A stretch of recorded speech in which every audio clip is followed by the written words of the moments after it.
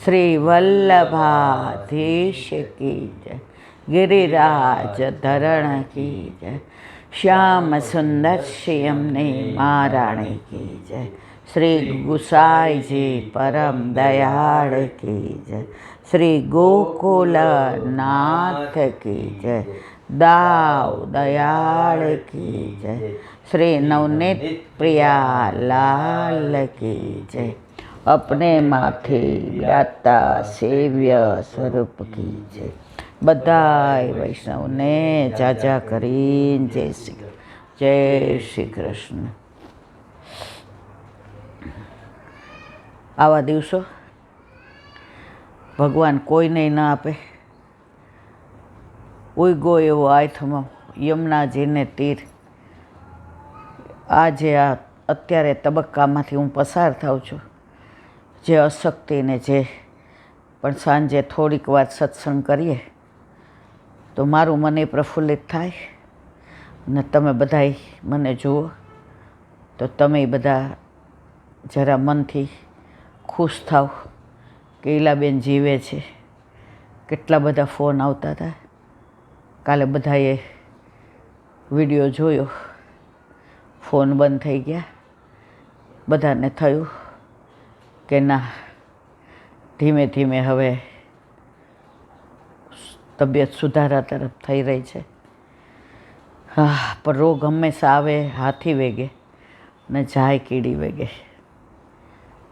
Doctor तो ना ज पाड़े छे कि तमारे आराम ज करवानो, पर साव मारा 24 कलाक वांझ्या जाए छे।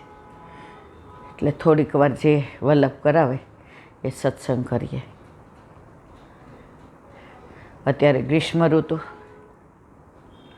ठाकोरजीने बधाय शीतल उपचार थाय, जात जातना पणा धराय, फुवारा थाय, खसना પડદા लगावाय। ठाकोरजीने अत्यारे कोई वस्तु गरम धराय नहीं, गरम काई लेवड़ावाय नहीं, आजूबाजू काई गरम होय ने एनुं ध्यान रखाय। गुसाईजीए ठाकोरजीना राग भोग श्रृंगारनो जेटलो विचार कर्यो छे एटलो कोई धर्म में क्यारेय कोईए कर्यो नथी। ओली वात बधाय जाणो छे, पर छतांय मने याद आवी एटले कही दो कि राजा मानसी व्रज में आव्यो। अत्यारे मे महीनो अने गरमी के मारू काम। अहीं करता व्रज में खूब ज गरमी होय, उनाळो खूब तपे। ए मथुरा केशवरायजीना मंदिर में गयो तो त्यां ठाकोरजी ने केशवरायजी ने झरीना कपड़ा ने हीराना श्रृंगार ने ठाकोरजी आम एटला बधा गभराता था, एटला बधा ओझ पाई गया था। राजा मानसी बहार निकली गयो। अरे रे, आ माखण थी वधु कानूड़ो, आ फूल थी वधु कानूड़ो कोमल, एनी दशा आवी। बीजा मंदिरों में गया, त्यांय बधे आ जोयुं। मन व्यग्र थई गयो। एना सेनापति ने कह्युं हाल आपणे वया जाईए, आपणे हवे एकेय मंदिर में दर्शन नथी करवा। मारू मन व्यग्र थई गयो छे। प्रभुने आटलो बधो सुखनो तो विचार नहीं, पण प्रभुने आटली बधी तकलीफ। त्यारे एनी साथे एक नानो एवो खवास हतो। एणे कह्युं, नाना मोढे मोटी वात करूँ तो क्षमा करजो, पण हवे अहींया आव्या ज छीए तो गोपालपुरा, अत्यारनुं जतीपुरा, ए त्यारनुं गोपालपुरा। एक वार त्यां पर्वतना देवना दर्शन करो, तमारा मनमांथी आ बधी ग्लानि वही जशे, तमारा मनमांथी आ बधी व्यग्रता वही जशे, तमे एकदम राजी थई जशो। ना हवे मारे क्यांय नथी जावुं, મેં વ્રજમાં બધાય મંદિરમાં દર્શન કર્યા, ક્યાંય પ્રભુના તત્સુખનો વિચાર નથી. મારા પ્રભુને આવું કે મારી વિનંતી સુણો, એકવાર પર્વતના દેવના દર્શન કરો. રાજા માનસીને થયું કે આટલું બધું કહે છે, તો ત્યાં જાઓ. ત્યાં ગયા. હજી તો પર્વત ચડીને ઉપર જવા ગયા, ત્યાં તો બહારથી શીતળતાનો એટલી સરસ લહેરી આવવા માંડી, શીતળતાની લહેરખી આવવા માંડી, ગુલાબ જળની સુગંધ આવવા માંડી. ખસના પડદા હતા, એની શીતળતા વાયરો વાવવા માંડ્યો. માનસી રાજા તો ડોલતો ડોલતો અંદર ગયો. ચારે બાજુ ઘડાથી ને ગુલાબ જળના છંટકાવ, ફુવારા, ચારે બાજુ તમે જુઓ તો ગુલાબની પાંદડીઓ, અને ઠાકોરજીને ફક્ત એકલો ચંદનના માળાજી અને કળીના શ્રૃંગાર, બીજી કોઈ જ વસ્તુ નહીં. કળીના શ્રૃંગારમાં તો ગોવર્ધનનાથજી એટલા સુંદર લાગે, વારી વારી નિરખવાનું મન થાય. મદન મોહનજી મોરલી ધરે, વારંવાર નિરખો નૈણ લાભરે. રાજા માનસીની નજર હટે નહીં. પ્રભુના તત્સુખનો વિચાર અહીંયા જે થાય છે એવો દુનિયાના કોઈ મંદિરોમાં થતો નથી. અહીંયા ગોવર્ધનનાથજી સુખેને બિરાજે છે, મંદ મુસ્કાય છે. અહીંના ગોવર્ધનનાથજી જાણે હમણાં કંઈક બોલી ઉઠશે, કંઈક કહી ઉઠશે, અને એની આજુબાજુ બે મુખિયાજી ઘડામાં ગુલાબ જળ લઈ અને જે છંટકાવ કરે છે, અને એ જળના છીટા ઉડી અને ગોવર્ધનનાથજીની ઉપર પડે છે.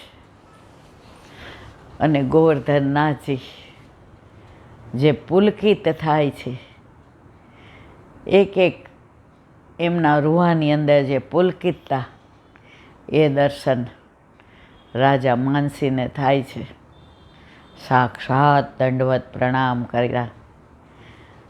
બસ વ્રજમાં હવે ક્યારેય મારે બીજે ક્યાંય દર્શન કરવા જવું નથી. આ વ્રજનો રાજા અતિ પ્રસન્નતાથી અહીં બિરાજે છે. અહીંયા દર્શન કર્યા પછી એટલો બધો હું અંદરથી આપ્લવિત થઈ ગયો, મારું મન પ્રફુલ્લિત થઈ ગયું. આજે આખો દિવસ દર્શન કરીને થાકી ગયો તો ક્યાંય પ્રભુના તત્સુખનો વિચાર નહીં, અને આજે અહીંયા જે સુખનો વિચાર જોયો. આપનું રોજ રોજ મુખડું હસતું રે, અમને ગમતું રે, આ તો કહું છું રે ગોવર્ધનનાથજી ગમતું. એક આપણે ગમતા ગોસાઈજીને, બીજા આપણે ગમતા વૈષ્ણવ. આપના વૈષ્ણવને દિનતા આપને ગમતી રે, મનમાં રમતી રે, આ તો કહું છું રે ગોવર્ધનનાથજી ગમતું. આપનું રોજ રોજ મુખડું હસતું રે, અમને ગમતું રે, આ તો કહું છું રે ગોવર્ધનનાથજી ગમતું. આ એવા સરસ કીર્તન સુંદર મજાના ગૌરી રાગની અંદર ગવાય અને ઠાકોરજી જે મૃદુ મૃદુ હાસ્ય કરે, વાતાવરણ જોઈને માનસીને ત્યાંથી જવાનું મન ન થાય. આરતી થઈ તોય દૂરથી ને ખાલી 5 દીવાની અને આરતી થાય અને હારોહાર ગુલાબ જળ ઢોળાય, રેડાય અને ઠાકોરજીને જરાય ગરમી ન લાગે એવા તત્સુખનો વિચાર આ મંદિરમાં થાય છે, એવું ક્યાંય નથી થતો. તો એવા જ તત્સુખનો વિચાર આપણા ઘરે, આપણા માથે બિરાજતા આપણા ઠાકોરજીને અત્યારે ગ્રીષ્મ ઋતુમાં આપણે કરીએ તો આપણા પ્રભુ પણ આપણા ઉપર અતિ પ્રસન્ન થાય અને આપણા ઠાકોરજી આપણી સામું જોઈને કહે છે, માં તું જે મને પ્રેમ કરે છે, તું જે મારા સુખનો વિચાર કરે છે, એવું દુનિયામાં બીજું કોઈ ન કરે. સૌરાષ્ટ્રના એક નિષ્કંચન વૈષ્ણવ હતા. ઓલા ખોયડા મારીએ નીચે ગાર, હવે ઓલા ખોયડામાંથી ચડાઈને તડકો આવે તો એના ઠાકોરજીને પોતાનો સાલ્લો આખો ભીનો કરી ગુલાબની પાંદડીઓ એની અંદર નાખે અને એ ઠાકોરજીને આજુબાજુએ પાથરી દે અને પછી પોતે સેવા કરવા બેસે અને ગુલાબની પાંદડીઓ એક થાળીમાં રાખે. પંખો તો હતો નહીં. ઠાકોરજીને એકલી એક અમસ્થી નાની એવી ફૂલના માળાજી ધરાવી, જારીજી ભરી સિંહાસન પર બિરાજાવે અને ઓલું જે